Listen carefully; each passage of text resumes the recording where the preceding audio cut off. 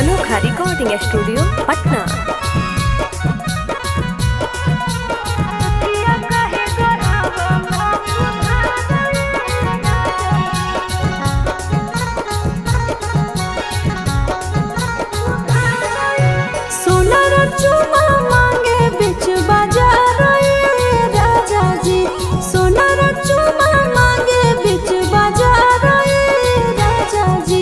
नथिया काहे गढ़ावाला उधार राजा जी, नथिया काहे गढ़ावाला उधार राजा जी।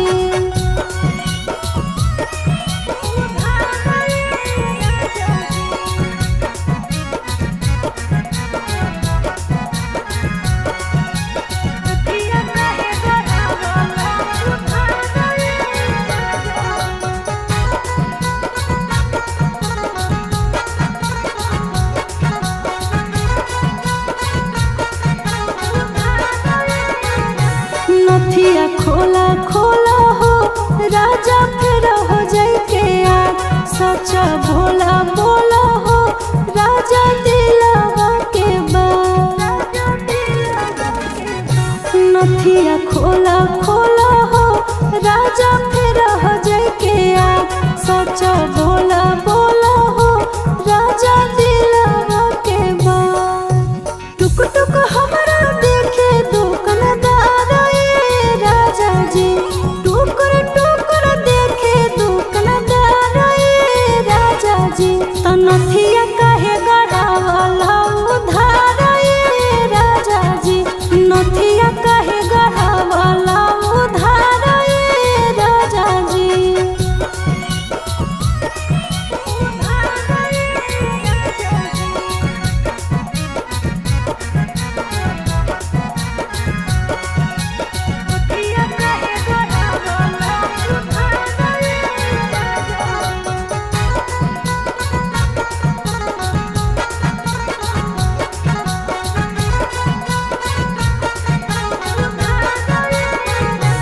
धनिया रुसला रुसला हो राजा, तोहरा से आज नथिया मंगनी लैला हो राजा, लगल नहीं ला।